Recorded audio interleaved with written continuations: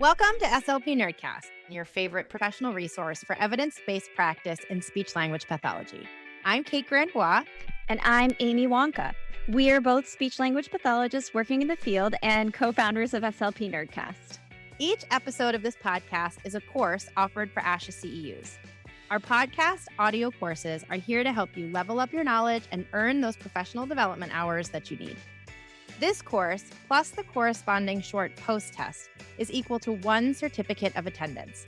To earn CEUs today and take the post-test after this session, follow the link provided in the show notes or head to slpnerdcast.com. Before we get started, one quick disclaimer. Our courses are not meant to replace clinical advice. We do not endorse products, procedures, or other services mentioned by our guests unless otherwise specified. We hope you enjoy the course. Are you an SLP or related professional? The SLP Nerdcast Unlimited subscription gives members access to over 100 courses offered for ASHA CEUs and certificates of attendance. With SLP Nerdcast membership, you can earn unlimited CEUs all year at any time. SLP Nerdcast courses are unique, evidence-based, with a focus on information that is useful. When you join SLP Nerdcast as a member, you'll have access to the best online platform for continuing education in speech and language pathology. Join as a member today and save 10% using code NERDCASTER10. The link for membership is in the show notes.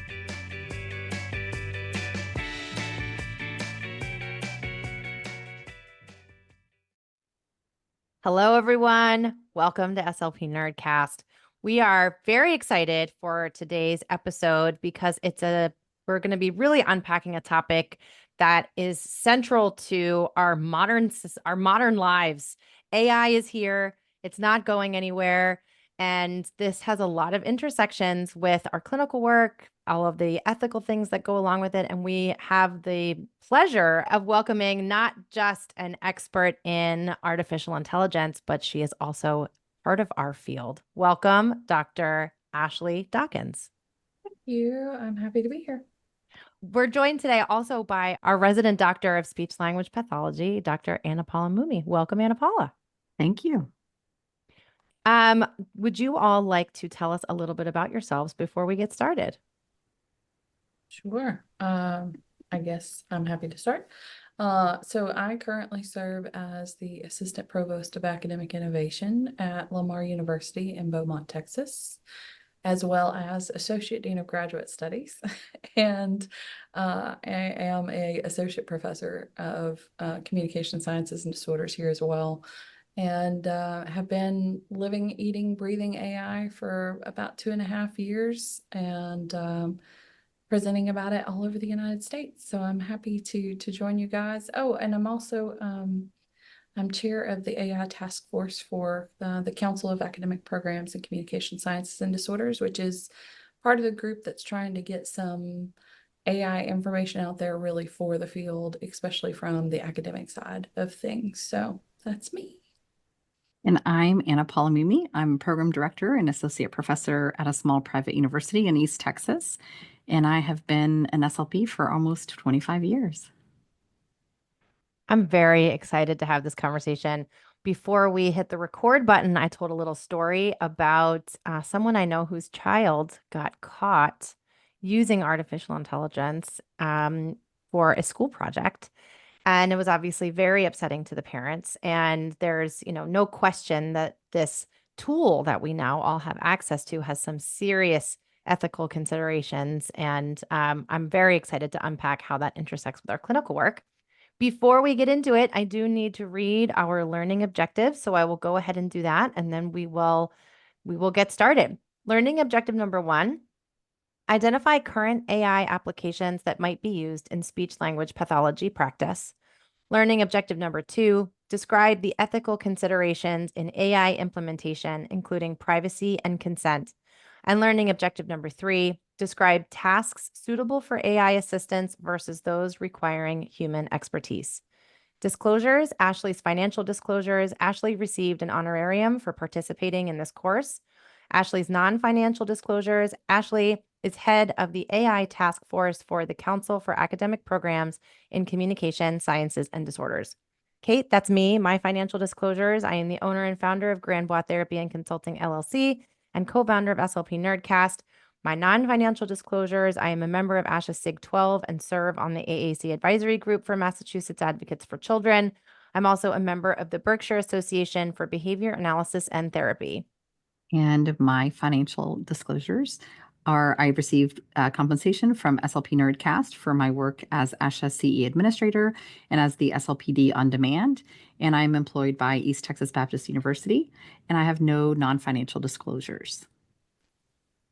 I think I'm thinking about where we even start this conversation because Ashley, as you mentioned before we got started, you could talk about this for days, and I believe I believe you. It's a really big topic.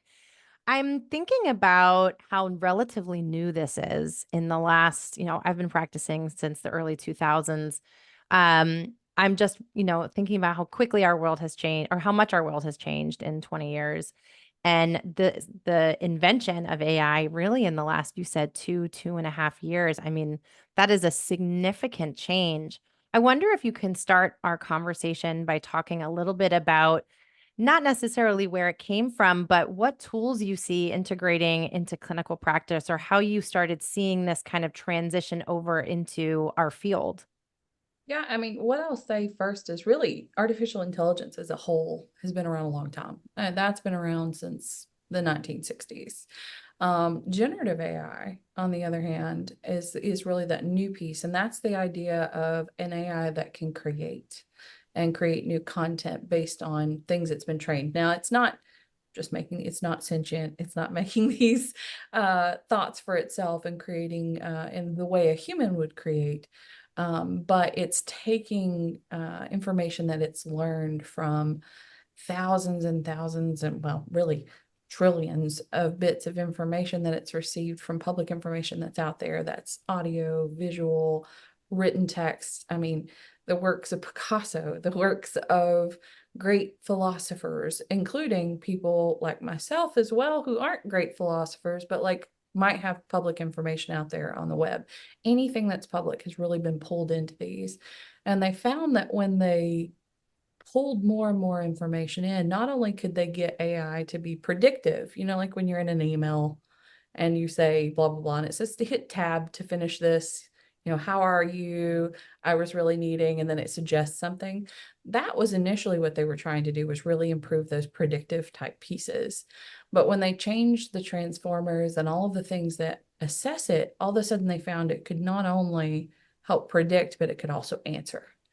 It could also reply. It could also create. Now, there's a lot of arguments about whether that's fine, that they've taken all this public information that people didn't really give permission to be used in this manner to train it. And they'll say, people will say, well, I'm not going to use it because ethically I feel uncomfortable with the fact that they've pulled this without consent.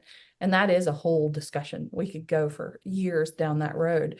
The problem is we can't undo it. And so that toothpaste is out of the tube is kind of the phrase I always like to use.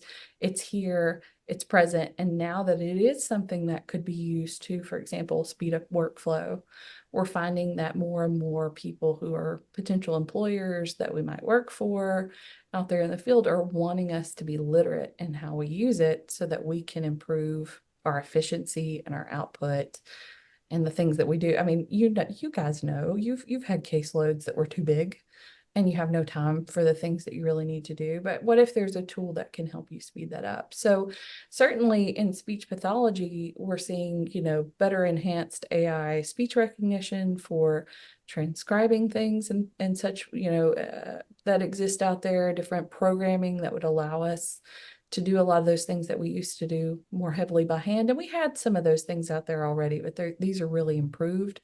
But really where I see the biggest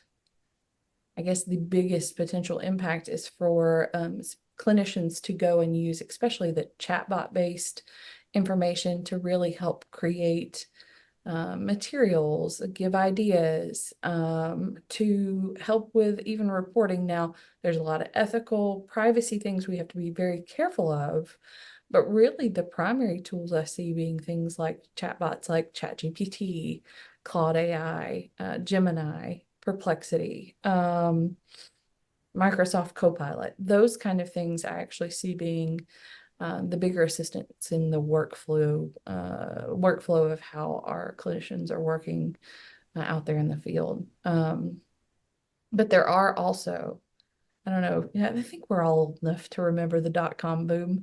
Sometimes I'm talking to people much younger than me. We're seeing a lot of that same thing. You remember how like everybody suddenly had a website and everybody suddenly had, and then some of that sort of exploded and we found out some of it wasn't really quality and some of those people lost a lot of money from trying to grow too quick, I guess. There's some of that we're seeing with AI too. So I would say just, with every AI you use, always look and see what their privacy and security is. Look and see where they store this information. Where is all of the things you're putting into it going? Because that's, a lot of people worry about the output and how we're using it, but we also have to worry about what are we putting into it? And that's the part, that I try to stress probably more than anything else. But you had a second part of that question and I've lost it. I'm fascinated and I want to ask you 5 other kind of off-topic Go for it. questions. Go for I it. think, what's really interesting is, there are some relatively obvious, and we haven't really started our conversation yet about the consent and assent pieces of this, but I think that there are some obvious like HIPAA compliant things when you think about clinical work. That's kind of probably at the forefront of all clinicians' minds, hopefully at least, because we're trained in HIPAA, et cetera, et cetera. I think it's a really interesting consideration to think about the other non-HIPAA compliant storage related to using your AI. What I was going to ask as part of that original question was just how we see this leaking into the infrastructures that we have for clinical practice. As an example, I own and run a private practice. We use an EMR software system for our daily notes and our billing. And I am getting hounded by these people about the upgrade to use their AI enhancements or the integration of AI. And I think that, myself and my staff included, we're like, well, what is that? Like, what does that mean? And I see Instagram ads for, oh, I can't remember the name of it, but I'm sure where it will listen to your whole conversation and then it will listen to your Otter whole session and then AI, write your Lead note for AI. you, right? So I guess I'm just wondering like how you see some of this technology leaking into our actual industry, I guess would be a better word than profession. Yeah, I mean, it's honestly, it's leaking into everything. And one of the things I will say that has been most concerning for me is seeing people suggest different ways we should use it or suggest integrations that it's obvious that there's not been full thought consideration on where's this data going and how are we keeping it private. And there are a lot of companies that do very much advertise how they keep your privacy and security, but often that requires a paywall, right? Like whatever service you're using, can use free. ChatGPT you can use free, Microsoft Copilot you can use free, all these different things you can use free. But what are they doing and how are they storing it? And same goes for companies like the ones who do your EMRs. Like, are they vetting and are they providing you with what that looks like? And I'm actually finding often it's not. And I think that's a question we really need to be asking. I mean, I went to a conference where they were suggesting how it could be used in higher education. And these people were wonderful that did this presentation. I really enjoyed it. I thought it was all fantastic.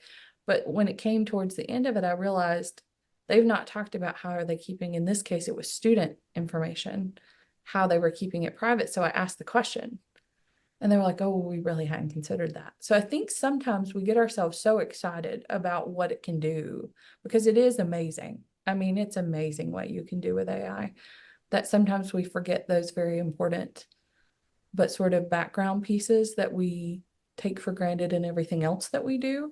I would like to hope that all of the different AIs that are being integrated into things like EMRs are being vetted and that if you asked, they could give you that information. But I would say for people who are out there in practice, that's a good question to ask when they keep coming at you with, do this upgrade or pay for this additional whatever, and then you'll be able to use. One, can they show you what it's going to actually provide you? And do you really need it? You may not. A lot of people add AI to add AI because it's the new shiny thing, right? But Two, is it private? Is it secure? Where is this being stored? What would happen if y'all had a leak? What would, I constantly tell faculty when I'm training them, always assume that whatever you put in could be found out. Because one single leak of ChatGPT and it has your name and your email on there. Are you comfortable with what people have seen that you've searched? I would want to feel comfortable with any of those things, whether it was integrated or not. And I do think that we're going to see it more and more integrated, and it probably should be. I just hope that the people who are doing it are being careful at the way they're doing so. Because yeah, and here's the deal. Here's what I'll say is there's already a precedence out there that AI can't be held responsible for its mistakes because it's not sentient, right? It doesn't think about whether it plagiarizes. It doesn't think about whether the answer was right or wrong. It doesn't think about whether there's a privacy concern. It's just giving you the answer based on the prompt you've given it. So if AI can't be held accountable, well, then you'll be held accountable. So if you've put something in there that could have been private and it could violate HIPAA or in academia, FERPA, you're going to be responsible for that, even if the AI did it, And so I think we overlook some of those really important pieces as we play with this because we're like, look at this cool thing. I can write, an entire poem about my mother in 5 seconds, which is great. But like, does your mom really want all that information about that? She loves onions. She has bad breath in the morning. Whatever you're doing. And did you ask it to write a nice poem or a not so, or not so nice poem? Now I'm like thinking back on what I put in there. I'm like, oh man, I don't even know. I don't even know what I've asked this thing. Oh my gosh, that's wild. That's really wild. Okay, so we're seeing it kind of leak into our EMRs. We have it at our fingertips. A lot of us probably have this thing on our phones. As I was mentioning, this conversation I had over the weekend, a friend of mine, the sprinklers went off in their house they had a fire alarm, fire alarm went off, and he asked ChatGPT how to turn the sprinklers off in his house. I mean, I feel like it is everywhere. I get ads for using it to do research, to do lit reviews, and all of these kinds of things. I'm wondering how you see this influencing the assessment and diagnostic process, or even the clinical process in terms of, if it's here and if it's part of our professional workflows, how is this going to intersect with our clinical decision making? Well, certainly it's something I think we have to do with caution because again, AI was not made to tell us the truth. It was made to give us the most likely result, meaning whatever data it's pulling from, whatever is the most likely thing from that data, that's what it's going to say.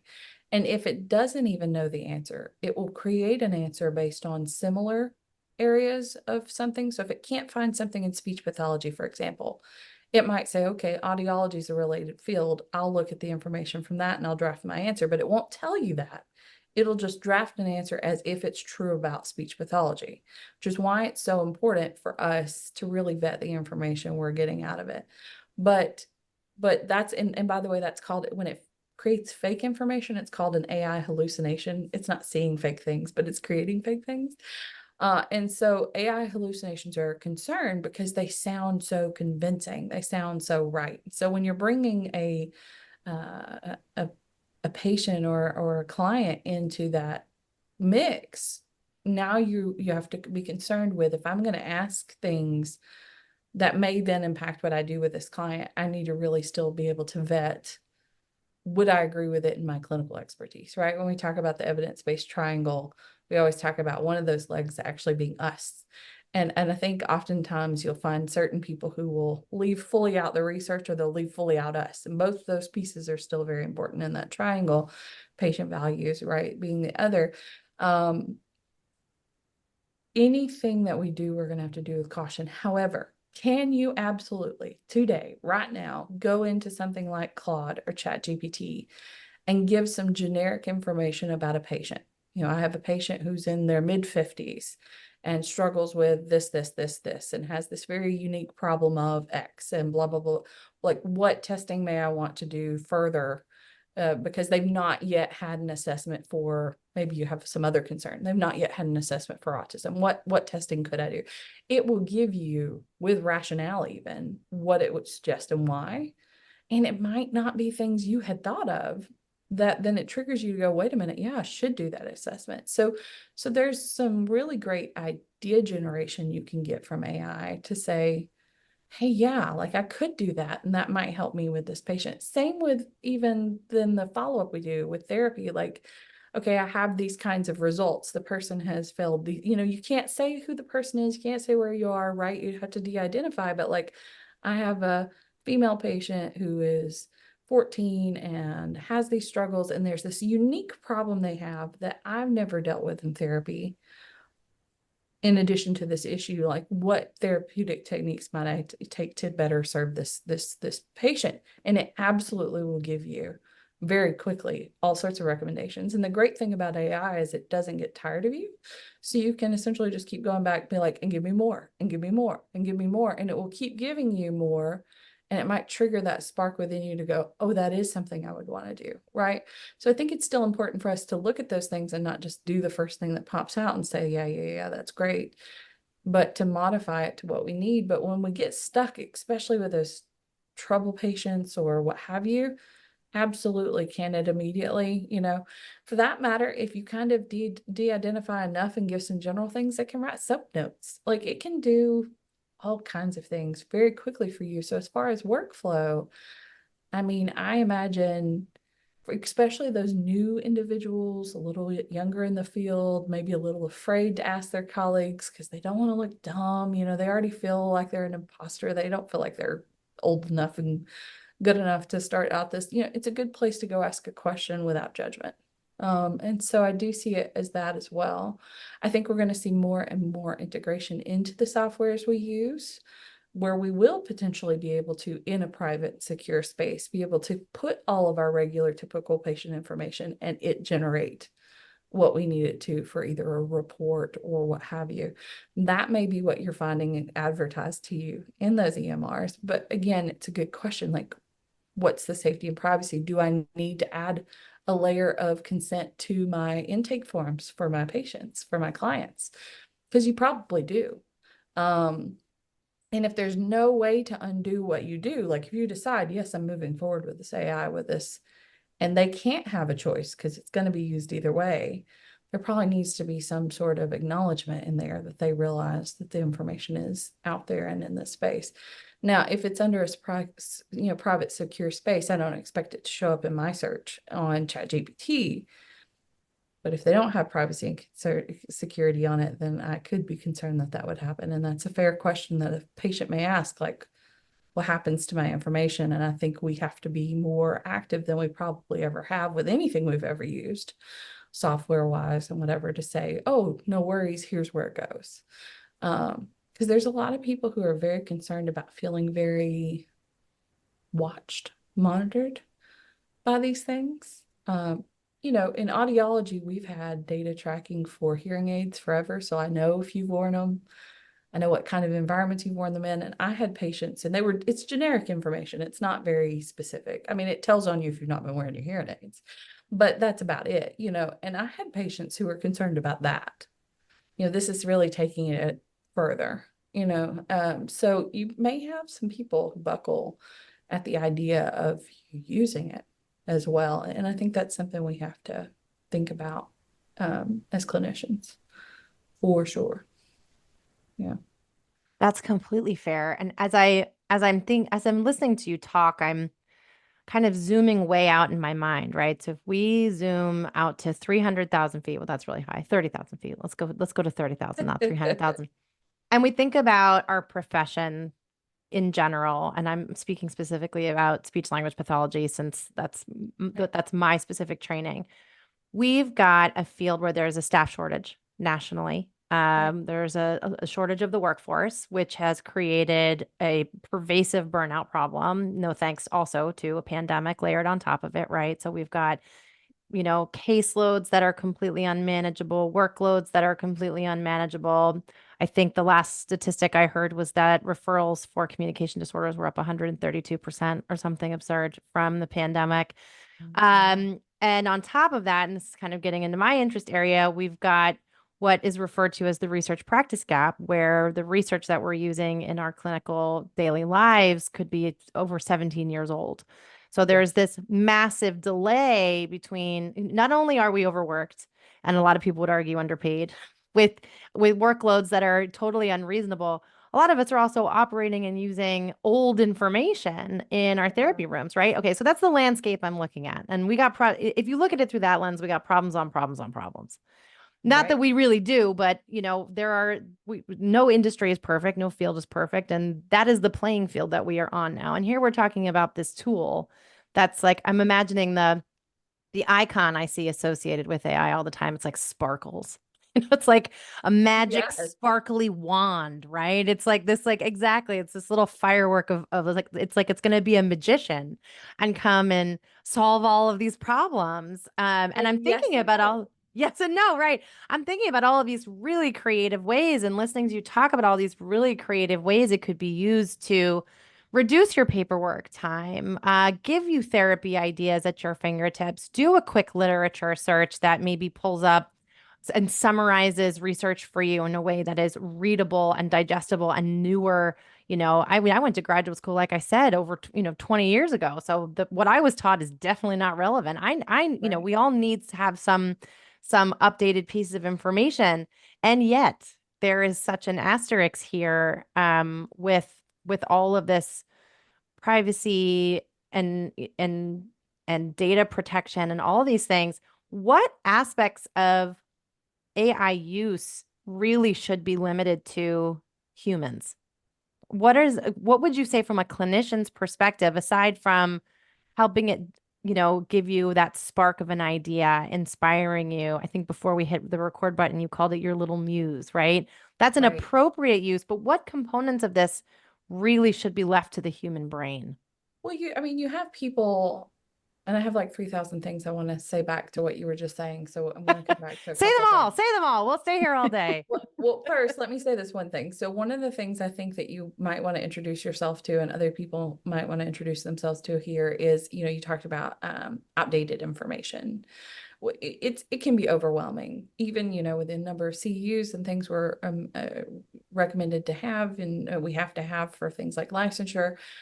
Actually intaking new information constantly when you have such a heavy workload is hard. I mean, I'm not saying any person on listening out there or in this podcast has ever been guilty of only half listening to a CEU because we knew enough about it to get away with a quiz, but we all have done that, right? Because we pick something because we have too much, right? So there are ways though. There's a AI called Scite, and it's SCITE AI. It's really made with researchers in mind, but I have introduced it even to family who have nothing to do with research, nothing to do with professional kind of world things, because essentially if you use Scite, and I will say, I think it's only free for like 7 days and then you have to pay for it. It's probably one of the only ones that I would say I kind of push to people as being so useful, I'd pay for it, because it really is. I'm But they signing have up for their something free called, trial right now. oh yeah, sign up for the free trial. So there is something in there called Scite Assistant, and essentially you can go in and ask any question that you want to know from current literature, like what is the best therapeutic technique for X, right? And what it will do is it will not only put that together for you an answer, but it will give you the search strategy it used to find it. So what words did it use? What databases did it go through? Which articles did it pull from? And it will at least usually cite 50 to 60 articles that are current and modern and say, here is sort of the general consensus of what would be the correct answer to that question. And it almost does like a systematic literature review for you in about 5 minutes, which is insane. But if you're with a patient and they have something unusual and maybe you've not worked with it, maybe you studied it 20 years ago in grad school, but like now it's like, because you've not had to deal with it this whole time, that's a good place to go and say, hey, for a patient with X problem or a client with X issue, what would be the best, types of treatment to use. It can do that research sort of for you quickly, and then you still have the opportunity to go look at what it pulled from and say, like, do I agree with these sources? And that's a different type of AI response. That's something called retrieval augmented generation, or RAG. RAG is much more consistently accurate because it's pulling from very specific documents rather than just all the information that exists out there. So it's a lot more trustworthy, and it's something that could be used really quickly. So I did want to say that before I actually came to your other question, which was about like, what do we still need to keep the human piece in? And I would say the human piece needs to be in everything. For multiple reasons. One, there's actually research that is suggesting that AI that is trained solely on AI outputs will eventually collapse on itself and not be able to answer the questions we need. So AI needs us to work. It needs our unique, authentic human style of outputs to be able to work appropriately for us. So what I will say bothers me, I guess, the most about AI is when you can tell it's very obvious someone has just copied and pasted whatever it suggested or done whatever its initial suggestion would be without vetting it. It's going to give you things that sound really good. Matter of fact, research suggests it's way more persuasive than we are as humans because it's so thorough and it's written so well, and it uses very easy to follow. Like, and matter of fact, I can even tell it, I don't understand what you're saying, put it in easier to understand language, and it's going to do it, right? So it's very convincing, but it doesn't mean it's always the best option. So I think the human part, one, when we're working with clients, like, they have to know we care, right? We have to build the rapport. We have to build the trust. You can't replace that with AI. Matter of fact, AI might turn off some people for that rapport and trust building. So I think understanding just your human interaction of being fun and interesting and inviting and welcoming is so important. But two, that understanding that your expertise still is so important is such a big thing, because you need to go in there and say, but is this what I would do? Is this a good idea? And if it, just like with research, sometimes research will say your best option is X. And you do that with that patient, and then nothing improves. And then you say, hey, I saw once on a patient similar, but this worked. Let me try it, and it works. It works, it works, it works. And so those pieces aren't going to go away. That still is going to be needed. And then the other problem is there's a lot of almost stereotyping and bias. So it's giving you the most likely result. And I'll go to kind of medical research for a minute. So research of the human body has mostly been done on men. It's not very commonly done on women. So if I go to AI and say, what are the symptoms of a heart attack? And I don't give it more specifics. I don't say for a woman. Chances are the symptoms it's going to give me are about men. And it's not doing that to be a jerk. It's doing it because that's the most likely result, right? So if I am there suddenly feeling like I'm having potentially a heart attack, and I go say, what are the symptoms of a heart attack? And I read it, and I'm like, I'm fine. There's bias in that, right? So same with patients and things. It's not necessarily going to take into account your patient's cultural status. It's not going to take into account your regional things that you know about their personal life. All those little details from interacting with them, it can't know. And so it's just going to give you this more generic, hey, try this kind of thing. Now, of course, the more information we give it, whatever prompt, we call those prompts, what we put into it, whatever prompt you put in really is very important, because if you write a poor prompt, your output's not going to be great. And the more specific that prompt is, the better it will do at giving you suggestions. However, in an effort to maintain privacy, there's only so much we can give it, right, with a client or with a patient. So I think, honestly, it's really more of a starting point. It takes away a lot of that background effort that we have to do in pulling things together for us. But in the end, the work, unfortunately, is still ours. Now, I will say, though, the value of the time of the things it starts for me is so significant. I feel like I do about 3 times the work I could without it. But that is still me heavily looking at it, I even work to always try to put things in my voice. I might go back and read it and say, okay, yes, this all sounds correct. I agree with every single bit of it, but let me make it sound more like me. You can actually teach AI also to sound more like you, but that's a whole nother discussion for another time. But I like to go back and really hammer in, like, this is the way I would say it, because I think it's so important that we maintain who we are. People are using them for blog posts and everything else, which is awesome, but you'll notice they're all starting to sound and look the same. And I don't think we need to homogenize our language down to these like basic sets of words. I find myself avoiding certain words because I know AI uses them frequently that I did used to use, because I don't want people to think that I'm just constantly using AI, because I'm not always using AI. I think will always be the most important element, especially when it comes to therapeutic practicing with fields like ours. We are the important piece. We are the thing we're selling. We're selling us. And that's a good thing. I think we have to, but I also get where you're coming from. People are bogged down. They've got too much. Can it help them? Yes. Can it, the people I've seen kind of be early adopters who've dropped off are the ones who hoped it would just do everything for them. And that they could copy and paste and go on. It's not going to be like that. But it is going to give you those starting points, especially when you're hung up, staring at the blank sheet of paper, staring at, this therapy plan you need to write out so that you can get moving. And you're like, I don't know where to go. This is a good place to go and pull those ideas for sure.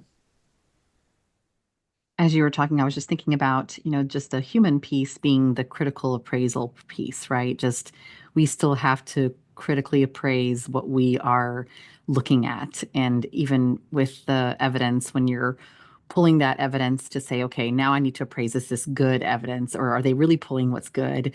Are these sources truly credible or reliable sources, right? So just that component of that critical thinking that you can't replace, whether it's a clinician or a student or whoever it may be. People ask me often, like, will AI take over my job? And speech pathology and audiology are one area I don't see it ever taking over your job.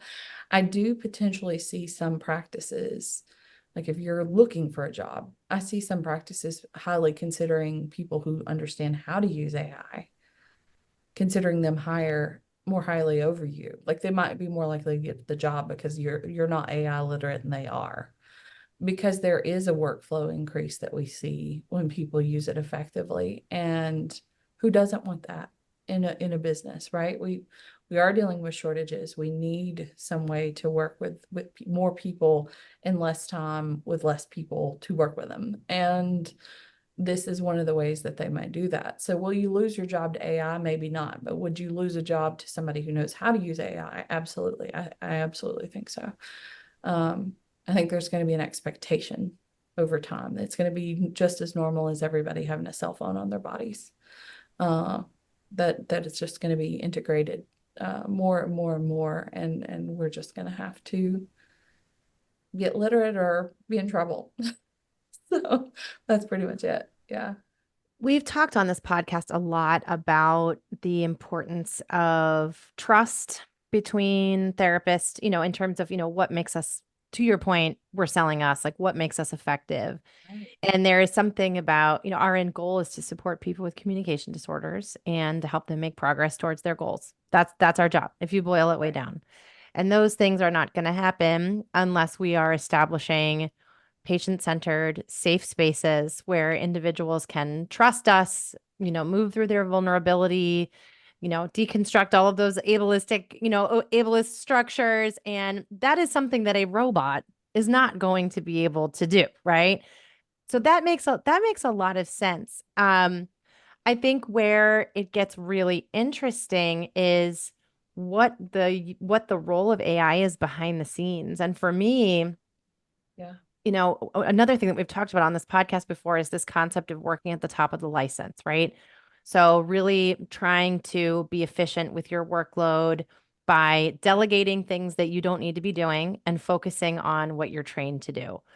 And as a person who has never really had a dedicated admin, I don't have an administrator at my fingertips all the time. Right. I think it's been an interesting exercise to kind of think about what can I take off my plate? What things are administrative or I don't want to say boring, that's not the right word, but non-clinical tasks that I can Mundane. mundane. Thank you. Yes, Yeah. that's a huge word, Anna Paula. What kind of things can I take out of my brain and put somewhere else? And for me, these are things that are like brainstorming tasks. So, for example, you're feeling like you're in a rut with a client and you don't know what to do in therapy. Give me 10 ideas that a 10-year-old boy might like, or give me 10 Right. ideas of toys that make a certain noise that I mean, I'm obviously in pediatrics. These are all the Sure. ideas that I'm coming up with. I also feel like documentation is something that could be relatively easy to flex a robot for, right? Because it's maybe it's going to need a human eye or like you said, kind of shifting it to be in our tone or making sure it's accurate. But I don't need to spend 10, 15 minutes formatting the document Yeah, I or mean, whatever it is. honestly, you can give it an example, like de-identify an example of how you do, like, for example, your report your documentation for your clients. You can give it an example. Now, de-identify, always de-identify. You could give it an example and say, essentially, today I saw a patient, and again, keep it generic, like in their mid-teens who has these issues. These are the things we worked on. This is what was successful in today's. Here's the things I want, like just bullet point list. Here's the things I'm wanting to do next week and that they need to work on from home. Put it into this report format, go. And then all you end up having to do then is go back and add in those identifiable pieces, that are more specific about them. And you're finished as long as it was accurate. And again, the accuracy check, you write these, and when you're giving it the information, it does better. So because you've given it these pieces, chances are it's going to do well anyways, but you fact check it, add those names in, you're good to go. I mean, those who are in private practice, you also have to be your own advertising agency. You have to be your own business person. You didn't get any training for any of that. So AI is a great place to go and say, how might I create an ad campaign that is effective in this region, for this age population? And it's going to give you suggestions. You can ask it to create creative names for projects and things you're going to roll out. You can ask it to write a blog post or social media post. However, I will say I would still go back and add your own voice to that because it is starting to get obvious when people are using them. AI loves to give you emojis when you use the word social media. So there'll be like 50,000 emojis in the things that it creates, just so you know. But those kind of pieces of everyday things that don't necessarily need our full human touch, they need pieces of it, absolutely can be done through that. Writing a general email to your patients that you're going to be opening up an extra week to do blah, blah, blah. You can say, okay, here's this little, maybe it's one sentence. Here's the thing I'm planning on doing next week. I need to send an email to all my patients about this. Write an email updating them, and it'll be mostly done, right? Again, it's still, am I going to just copy and paste? Probably not. But is it something I'm going to be able to go through and just change a few things out and be done with it? That might have taken me an hour, depending on how picky I am. And some of us are more picky than others, right? That now is finished in 10 minutes or less, And so I will say, I really do believe my workflow and output has increased tremendously with use of AI, not because I use it to replace those big pieces like you're talking about, those things that we need to do, like connecting with patients, but because I have it do all those little mundane pieces of, even formatting something. If it doesn't have private information and you need something to be formatted into a bullet point list, you can give that to AI and say, put it in this format. The only thing I'll caution about that again, though, is knowing what platform you're using and what privacy and security you have. So if it's still your intellectual property, you might not just want to throw it in there if you think you don't want it to show up somewhere else, because it is training. But there are different levels of each of these different programs that you can sort of purchase into. So for example, I have privacy and security through Microsoft Copilot because our university pays for that. So I know whatever I put in there won't be training the large language model and it won't show up in someone else's search.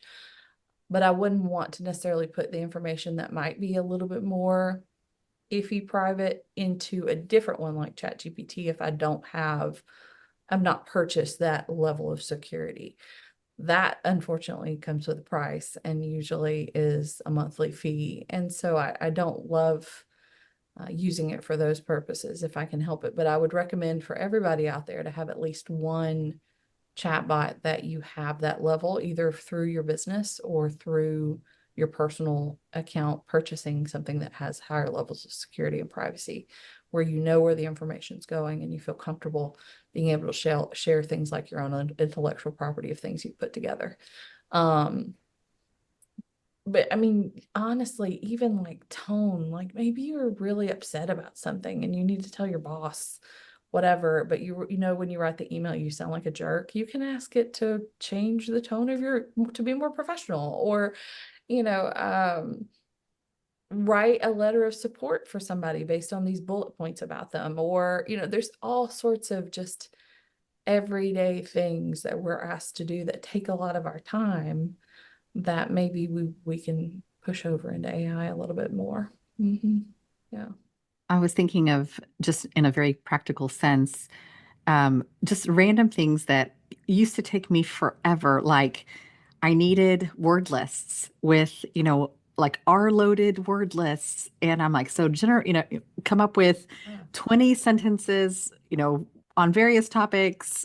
They each need, however many words. I mean, I can, like you said, you put in the prompt, and as long as you're specific, it'll literally do it in 30 seconds, where I used to, sit there and write and like think, okay, I need a verb, I need an adjective, I need a noun, Do you like walk around asking everybody, what's a word that starts with R that, Yes. And just how quickly I can come up with the materials. Because, when I think about even like articulation therapy, you're doing the same thing every day, but you have to find 5,000 different ways to do it, right? Because you're drilling. But it's like, how many times can you drill without this child going out of their minds and without you going out of your mind, right? So it's like coming up with different lists or words or this or that, and it's been so useful to just have the ability to do that in such a, just super fast. And obviously in that sense, there's no, I have no qualms about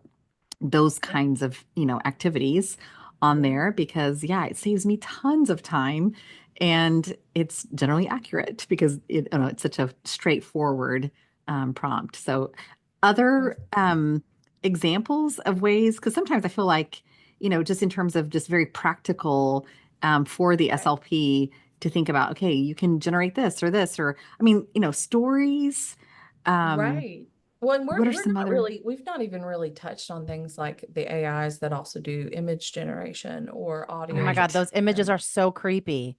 Well, they've gotten better. That's the thing that's It's even so creepier. bizarre looking. I can't even look at Some it. of them now look so real, you honestly would not know. And that's a little creepy. But you could, though, for example, have a very specific need in your therapy that you're going to do to have some sort of imagery to show maybe you're working on pragmatics and you're tired of the same cards that you've used to show them whatever you want, examples of the range of emotions. You can absolutely ask an AI like Adobe Express to create, or Dolly to create images of sad people from different, even that shows greater representation for the patient, right? Like maybe they're from a community you're not going to find pre-made cards of people, what have you, or they have a different cultural context and maybe they don't do the same thing that we do. Like not everybody wants to shake hands, especially not since COVID, but even before that, right? Certain communities, certain cultures don't do that, Mm-hmm. And you're talking about social pragmatics, you might not be as familiar with what those would look like. So that could be a question you could ask AI, like what are typical ways that people connect in this type of culture? You'd again want to fact check it, but you can ask it to provide you even references. Perplexity AI will actually give you where it pulls the information from. So that's one I like to use when I know I'm trying to figure out where did they get this information and is it worth something? But you could get that information from it, but then you could take it to an AI that does image generation and say, create an image of a person of this type of background who is showing happiness, who is showing excitement, so creating those materials is really, really, really quick. Creating take-home things that you want them to work on that you're worried they won't be very interested if you just give them a little bullet point list. Take your bullet point list, put it into AI and say, make this into an interactive handout that my patient can use when they go home this week. And it's going to do that. So all of those kind of, I mean, even in academics, two of my favorite things are simulated conversations. And I'll tell you in a minute what I mean by that. And creating case studies. So one of the things about being an academic is we're always having to give case studies for our students to study. And after a while, they're all the same ones that we're getting from the same whatever books and what have you. I can create 20 different ones in 5 minutes that have similar complexity for an entire group of students just by asking AI. Or I can encourage something like a simulated conversation, which is where essentially I give the AI a role. I say, you are a patient who is 65 years old, resistant to hearing aids. You're afraid that you'll look old. You're afraid that you'll look ugly. You think that costs too much. Like, give them all the basics of what might, have a conversation with me. I'm your audiologist. And allow my students to practice those types of conversations. But you can even do that with someone working on, let's say, social pragmatic conversations. Now, it's something you'd want to try first, right? As the clinician would need to go and attempt and try and talk to the patient about the fact that, hey, it might have some stereotypical behaviors in here. Some of this might not be right on the money, but I'm going to be here with you when we do it anyways. This will give you an opportunity to talk to someone who's not me and try out some of the things that we've, used. And then that can be a conversation after the fact. Okay, you did this. And what about that technique we talked about? What about that thing that we talked about that you could try with whatever? Try that with them and see how it goes. They can go back in and change the conversation and see if it improves. Now, is that perfect? No, but is it a good, safe place again where no one's going to be pointing fingers at them if they don't do it right? Absolutely. So there's some really unique ways, I think, to do that. It's just a matter of really making sure you're being very transparent when and how you're using it, and that you're present in those things. If it's going to be used with a client, that presence of you being there to vet it and say, yes, that is how someone might respond. What would you say? Is important. But I mean, really, the possibilities in some ways are almost endless. It's just how willing you are to ask the question, and how willing you are to be receptive of new creative ideas. Really, really quickly, you can get a lot of interesting things. That's completely wild. Right. You kind of blew my mind a little bit thinking about AI as a conversational partner, as a learning experience, particularly for those who are students or maybe new to the field who don't want to, quote, feel stupid or make a mistake or ask a question that makes them look like they didn't do the reading or whatever it is, if there's Somebody's those like gonna think power I'm dumb. differentials there, right? I just want to say a couple of these things back to you in summary, just to kind of Sure. get, again, like the lay of the land in terms of AI. So what we're hearing generally is if you're using AI as a clinician, you really want to make sure that you're considering security and privacy at the forefront, which sounds like 10 times out of 10 is going to require some money, some sort of paywall, some sort of paid feature. Sounds like a lot of these things are included as part of other packages that you may pay for. So for us as a private practice, we use Google. We have a paid Google Workspace. We've been able to add Gemini is one of them into Google Workspace, which I think is HIPAA compliant with if you're using it within Google, but don't anybody quote me. Please Google that. Well, you might know as an expert. I don't even know. Actually, it probably depends on how you've got it integrated. So again, I always think it's a fair question to go back to the people you purchase it from and say, hey, can you say, most of them will be able to send you very quickly a link to all of their security and privacy information. Right. That makes sense. And then I would just keep that available and ready, maybe even posted like on a subsection of a website for you. Like, this is how we use AI. Here's the privacy and security. Yeah. Good to know. I remember Googling it. That's why I said that, but I'll look into it. I'll dig. I'll provide as a lead by example over here. But anyway, so you could use Microsoft Copilot as if you have the Microsoft products. It sounds like you need to really be considering a paywall, regardless of the software that you choose. It could be integrated into something that you already pay for. You've also mentioned Claude AI. You've mentioned Site AI, which is like a more of a research lean. You've mentioned Perplexity AI. I assume each of these has their own strengths. I wonder if you could talk to us a little bit about, what tools a clinician might really strongly consider. And then also if there are any trainings or other, moments of learning for us to make sure as clinicians we are using this ethically and considering all of these additional things, obviously beyond this conversation. So, yes, to all of that. I will say that as far as like things I would recommend, I personally am a huge fan of Claude. Claude, though, again, unless you're paying for that higher level paywall for the extra security, you just need to make sure. What I would say is any clinician could use any AI if they're using it in a way that they're considering what they're putting into it privately. If they can de-identify and keep that private, you could really use Chat. You could even use the free versions of things like ChatGPT, Claude, Perplexity, etc. It's when you're wanting to give it even more information. Maybe you want to give it something that isn't directly patient identifiable, but if someone knew the region it was from, if it could still potentially be traced back to somebody, that's where I definitely would want those security and private pieces. But I'll say if you want to know where the information's coming from, Copilot and Perplexity are my go-tos for that, because both of them, when they give you a response to any question, will give you the links they pulled things from. And if you don't like what it's pulling things from, you can redirect it and say, please respond again, but only using peer-reviewed publications to give me that response. And then it'll give you the new things it pulls from. However, I would always check those because one, it can create completely false, doesn't exist articles. Matter of fact, I was playing with things in an area I published in, and it said an article that I had written in a journal I had published in before. It sounded like something I would have wrote. I would love to have taken credit for it, but it didn't exist. But it was put into a beautiful APA format. It looked real. It was, but it was not. And I cannot add that to my CV, unfortunately. Okay.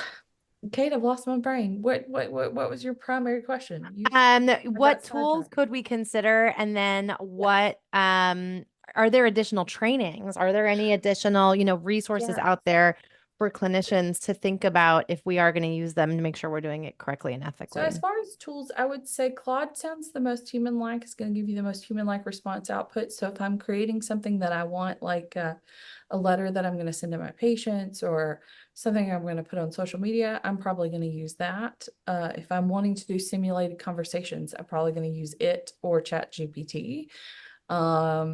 Because they both do best with that. If I'm wanting to know again where the information's coming from, I'm using Microsoft Copilot, I'm using Perplexity. If I, want to use something I already have, I definitely just want to find out what their privacy and security is in the AI that they're implementing. As far as where to get training, there are trainings all over the web, but not all of them are created equal. So I'll share a Padlet with you guys. I don't know if you're familiar with Padlet. It's kind of like Pinterest on steroids, but it's one I've been using and when I'm presenting to faculty all over the place, that has just resources from AI there. And there is a column on trainings. However, I will say most of those trainings are very specific to higher education. But the AI task force for CAPCID, that's really part of what we're trying to do is put something together where there's a repository of training specifically for our field or that are related to our field. So that will be coming up on a website through CAPCID soon. And so I would say watch for that. If you're coming to CAPCID, anybody out there, I'm doing two plenary speeches on AI, and they will be both clinical and academic. So there'll be a clinical section for that. And you're certainly welcome to either come to that or listen. I also just have trainings that I've done that may not appear. If you just come in, you'll be like, okay, this is too higher ed and this doesn't fit me. But honestly, if you learn the skill set from those trainings, it's still going to apply anywhere. So our website, which I can share with you guys so you can put it out there, for our Center for Innovation in Teaching and Learning, has all of our recorded trainings, and y'all are welcome to watch those as well. But more and more, I notice groups like ASHA are starting to invite more people in with AI. And so that's the kind of list we're trying to create on our CAPSID website for you guys to follow. I'm sad to say that's not fully put together yet. But I will say, and I don't mean this negatively about anybody else you're going to hear from on AI, I will say that no matter where you get the training, always consider whether they're taking into account things like privacy and security, because they can teach you some really cool things about some really cool products that exist, because there's tons we haven't even remotely touched on today. But they might not be as private and secure as we need them to be to meet the standards we have to uphold in our profession. So really, really ask those questions if you're at a live presentation. Don't feel bad to be like, hey, but what do we do about privacy and security? What do we do about assent? How do we make sure our patients understand what we're doing? And that definitely, I think, it ends up needing to be something we're going to have to add to our intake packets. Patients need to be able to sign off on it, just like they understand their privacy rights. And so that's something, that hopefully we'll be able to put some more information out from our group, but that really isn't set in stone yet. So each individual really needs to consider for themselves. There are all other sorts of AIs. We don't have enough time to talk forever, but I will say one of the other things I find really interesting is there are AIs that will create music. And if you're needing a patient to learn something and they have great musical memory, you can create kind of almost study guides for them by giving the AIs something to create a song from. So the one I use, for the most part, it is mostly free. It's got credits. It's called Udio, Udio AI. And essentially you can go in and say, hey, to the tune of whatever, or to make it a rock song, or, create this song about these things, and give it either the lyrics directly or what you want it to be about. I've played with it for students and had it write songs about the 8 cranial nerves and what they do. And I've done it for other things, but sometimes that's what you can get a kid interested in, or a patient interested in, to really learn more. And I know I had great musical memory as a kid. I still remember the preamble of the Constitution for no reason, because of Schoolhouse Rock, right? And so, there's just all sorts of possibilities for us. And I would say my best advice is to get out there and stick your fingers in it, because until you have tried it and played with it, you're not going to know what it's capable of. And the other thing I'll say is garbage in, garbage out. So if you don't write good prompts, that does matter. You're not going to get great responses. So if you don't get it right the first time, you might even ask AI, how do I write a good prompt to get it to do this? And it will give you a prompt that you can then put in and do again. And I guess my last little tip that I want to share with y'all is, a lot of people try to use one ongoing discussion in their chats with AI. Like they'll have ChatGPT and they'll just ask it all these unrelated things. Whatever chat you're in, it's learning from. So if you've asked it about this patient, now you're asking it about a different patient, it's going to color the response based on whatever you asked before. And if you don't want those or need those to be connected, and you feel like, wait a minute, it's kind of recommending some of the same things, start a fresh chat. Because chances are it's just being influenced by something you've already asked it. You might have asked it to give you a recipe for these ingredients that you have in your house. And it's over here thinking about something entirely different than what you're asking it now. It's not going to give you good output. So always start a fresh thread would be my go-to for those things. And I know that had nothing to do with what you asked, but I wanted to say it so that everybody knows. I did not know that. That's good Yeah. for me to know. Yeah. All of this is Awesome. incredibly helpful. I feel like we can, regardless of the tool that we're using, we get more out of the tool if we understand how it works and we understand, the man behind the curtain, so to speak, not to use too much Wizard of Oz kind of imagery here, but understanding the fundamentals and the guts of something and how it works can help us leverage it to its maximum potential. So I think that was incredibly helpful. In our last minute, do you have any final suggestions? Or I know you said you speak about this topic for days on end. So I mean, we're squeezing just a tiny little taste in 1 hour. I But would do you say have any document, final pieces of document. advice?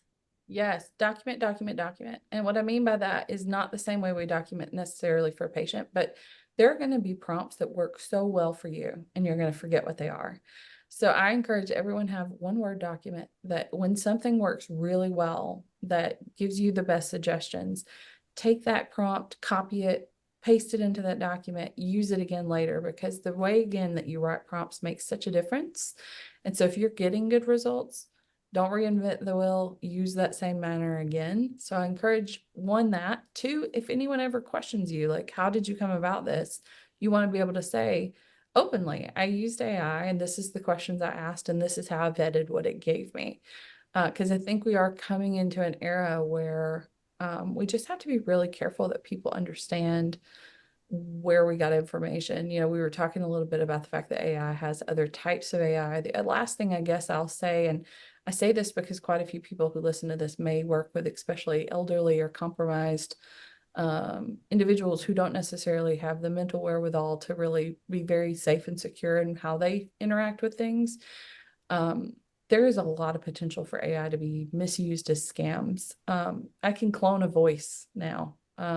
We already could clone phone numbers, so I could already call from your phone number when you're not calling from somebody, but now I can call from your phone number and use your voice. Now we have, we saw it even in the politics that have just recently happened. Both sides were having all sorts of things come out about them that weren't true because we no longer can exactly trust for sure what we see or what we hear anymore. Video output may be not real. Audio output might not be real. So really always dive deep, look for second and third and fourth sources before you choose to believe something's true. If something sounds off, it probably is. And be very transparent in your use so that people understand. But it's a beautiful tool. It does so much good. You just have to be really open and honest about how you're using it and how you're making sure it's being used in a way that you're proud of. That would be, yeah. This has been so eye-opening. My brain's exploding everywhere, and I feel empowered with all these resources, and also at the same time very undereducated about all of the things that I now need to have a better understanding of. So thank you so much for spending time with us. This was incredibly helpful, and we're really so grateful. Super happy to do it. And if you need more, you know where to find me. Because those questions just come up. They come up. Yeah. I will say this is a topic that every time I've spoken on it in a public space, I need at least 30 minutes for questions because just like you said, they get ideas, but then they're like, wait a minute. So don't feel bad to reach out, but I appreciate y'all having me. It was fun. Thank you again so much. Yeah, you're welcome. Thank you so much for joining us in today's episode. As always, you can use this episode for ASHA CEUs. You can also potentially use this episode for other credits depending on the regulations of your governing body. To determine if this episode will count towards professional development in your area of study, please check in with your governing bodies, or you can go to our website, www.slpnerdcast.com. All of the references and information listed throughout the course of the episode will be listed in the show notes. And as always, if you have any questions, please email us at info@slpnerdcast.com. Thank you so much for joining us, and we hope to welcome you back here again soon.